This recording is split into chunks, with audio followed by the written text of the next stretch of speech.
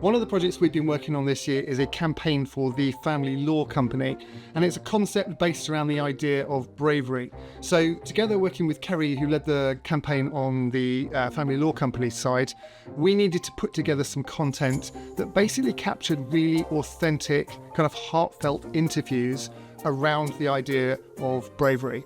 So we chucked around a few different ideas for this in the preliminary stages. We looked at some other examples of content and some different interview styles and different things like that other companies had done or had been used in different places. And we eventually came to the conclusion that it needed to be really, really simple, because actually the story was the most important part of it. And what I wanted to walk through in this video was just kind of how we actually managed to keep it really simple, because sometimes when something looks simple on the outside, it's not that simple behind the scenes, and there's a few different things that are going on there. So I'm going to walk you through that in this video. We're going to have a look at a couple of examples of those videos from the Bravery campaign and a couple of words from Kerry herself. So the reason I chose Blinkback is because I love their creativity, I love their process and how easy it all is. We've got a really small marketing team here, so I needed someone I could trust to help bring our creative idea to life. As an in-house marketer, one of the things that's really important is finding different skill sets where you don't have them. So for the Brave campaign, we wanted to be able to storytell really well. I knew that this idea had real kind of longevity and needed a bit of creativity, and that could only be found by sourcing someone who's really good at storyboarding and actually creating the content as well as the final edit.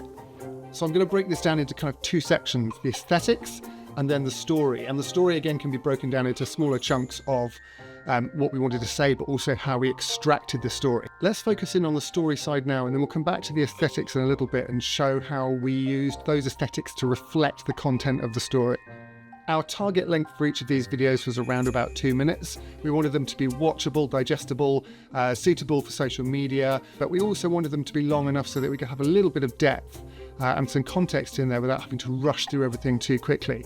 And then structure-wise, we needed a 3-act sequence. So we needed to start off with an introduction, establishing what the challenge was, and then drawing out what that actual challenge was, and then concluding with how the participant or the interviewee overcame that challenge and what they learned from it as well. And that gives us our kind of beginning, middle, and end. I've got quite strong ideas when I come up with a campaign, and so having someone who you can then tweak that with, and have also someone who can say, that's rubbish, don't do that. And that kind of two-way conversation to get to a really good end project is something that's really important.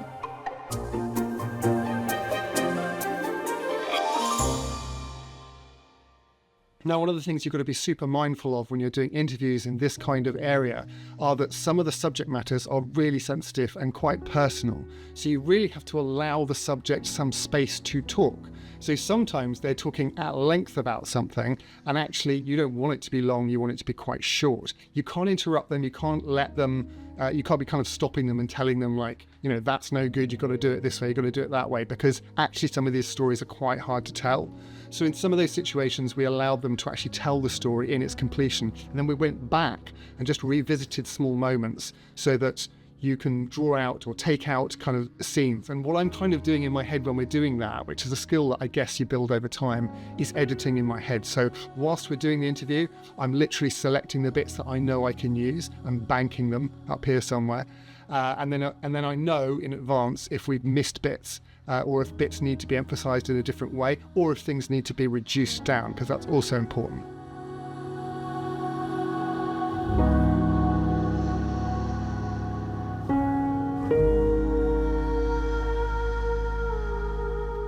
The time in my life, and continues to be the times when I need to be brave, is around my daughter Rose.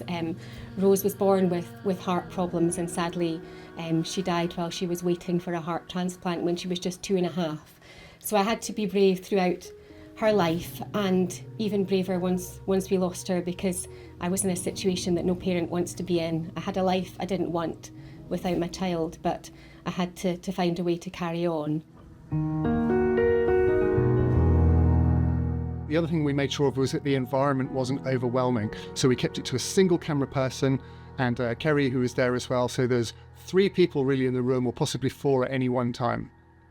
So the stories that we wanted to tell through these videos were quite emotional and incredibly personal to the individual. We wanted to do them justice. They were quite complex. And in terms of the end product as well, making sure that that story is told in quite a short space of time. So we need a safe pair of hands to be able to tease out that information in a really creative but caring way. The location was chosen for its warm aesthetic. It was a house, an Airbnb house that was available at the time. Sofas, curtains, plants, basically a home so that people felt comfortable while they were giving the interview. And also, so the aesthetic, which we're going to get onto in a second, was reflective of that kind of warm, homely sort of vibe. Since we've just touched on aesthetics, let's jump into how it actually looks.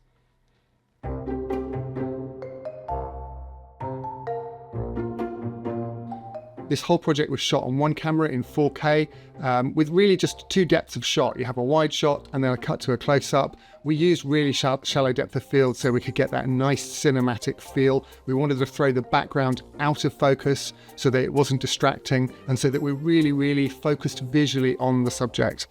We've also used some post-production audio techniques there to make the sound really close. We then also thought really carefully about the light. So we added a little bit of light on the subject's face just to kind of lift that in the foreground. And then we used natural light around the rest of the room. So quite often you'll see a window in the background, or we've positioned the interviewee so that natural light is falling on the other side of their face to fill in the fill light that we've used there.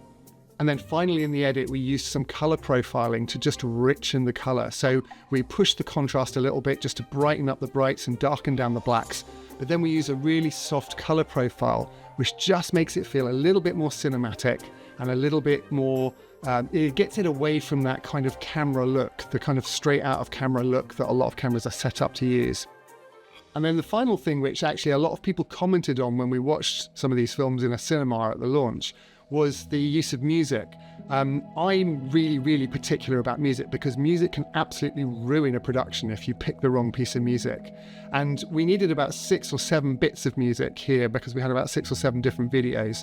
And I spent quite a long time sourcing lots of different variations of music that still had the same feel. And generally what we looked for in this was something that was quite ambient. We didn't want it to stand out and kind of interrupt the story at all. We wanted to sit a quiet bed underneath the audio, underneath the voice, and just drift in and out. We didn't want it to be overly sad or emotive, and we also didn't want it to be too happy. So it's quite difficult then to find something that ticks all of those different boxes. Once we had the music in, we kind of started to feel like it needed a visual kind of match to the music. So in other words, we wanted the picture, the way the picture comes in and out, or the text comes in and out, to reflect that kind of slow ambient pace. So when we use text on the screen to illustrate some of the ideas at the beginning and at the end of the piece, we used a black screen, very slow fade in on the text, very slow fade out on the text. We then used some slow fades to black and fades up from black during the piece, which gave it a really kind of calm, meditative sort of space or kind of feeling to it. And that then allows all of those clips visually and audio-wise to kind of drift in and drift out. And hopefully what that then does is it creates a kind of a contemplative mood that kind of reflects what the content is itself and what the story is. So I'm super excited about this project because it's something different, it's something unusual for a law firm as well, and actually we were launching on the big screen in the cinema, so although it was designed for social media, we've actually got to put it on the big screen as well, and I can't wait to see how successful it is because I've got a really good gut feeling about this one. You can see all of those videos over on the Family Law website now. I'll drop a link down below this video so you can go and see them for yourself. If you're interested in working with Blinkback on a story or some content where you're going to need to draw out that idea from your staff or your team or from your customers, give us a shout, we'll have a look at it, we'll get chatting, we'll get some ideas flowing and see how it works.